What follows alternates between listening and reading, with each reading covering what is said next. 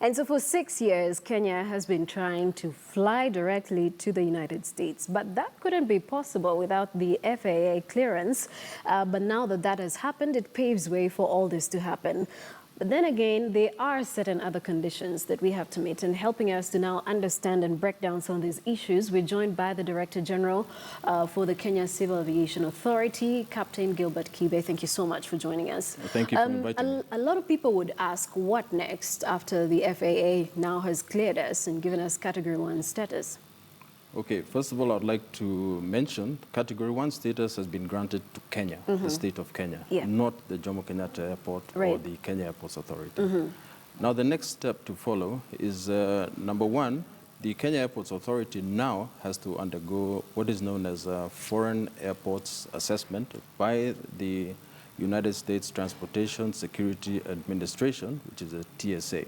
When they pass this audit, they will be granted what is known as the last point of departure.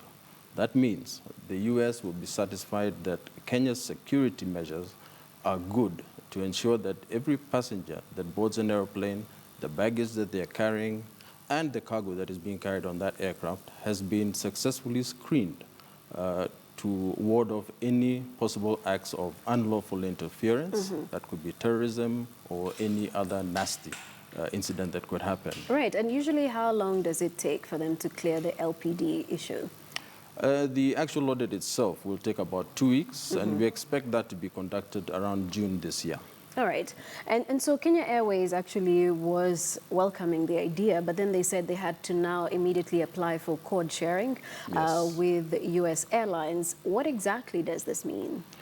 A code share is an agreement between two airlines where they agree upon commercial arrangements, how much are they going to charge for tickets, what kind of schedules will be done, how many days of operation per week, and other technical considerations. Okay.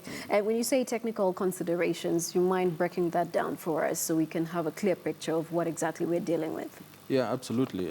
How the maintenance programs are carried out by the individual airlines, how their pilots are trained, and generally how the customers will be served to ensure that there's smooth and seamless customer service in the delivery of their programs. It's very, very important. Okay, so the United States say they require a certain category of aircraft to fly into the United States. And as far as we know, Kenya Airways seems to have leased out some of its aircraft. But what kind of aircraft are we talking about? We're looking at modern aircraft that are capable of meeting the international technical requirements for safe flight over territories of other states. Now, when I say modern airplanes, Kenya Airways in particular has the Boeing 787 Dreamliner. So we already qualify in terms of aircraft to fly to the US. The other aircraft that they have is the Boeing 777, the 300 series, which have been leased out to another airline, but they can simply terminate the lease and bring those aircraft back once we begin operations into the United States. Right. And of course, this part, this good news comes with quite a lot of pressure on the Kenyan side. At the moment, how many passengers can the Jomo Kenyatta International Airport hold? And if we're now going to see more and more passengers transiting through and coming into Kenya, are we prepared for this? Absolutely, we are. Currently, last year we handled more than 9.5 million passengers. The airport capacity today is at about 11 million passengers.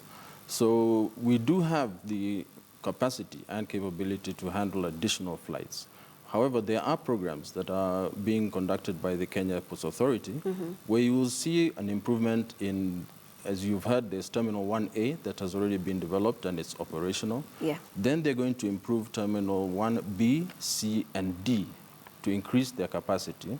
So we can easily see that within the next couple of years or so, our passenger capability will go up to around 15 million passengers. And there will be further plans to further expand Jomo Kenyatta Airport. All right. Of course, the business people in the country are excited about this news. The tourism sector as well is very optimistic with this news. But then again, how soon do we start to see these benefits? Because there's so many benefits that we're looking at, and maybe there are some that we do not know about.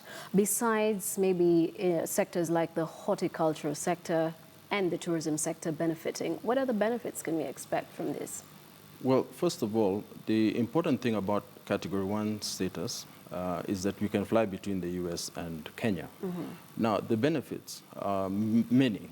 Number one, people will be able to fly directly between the 2 points.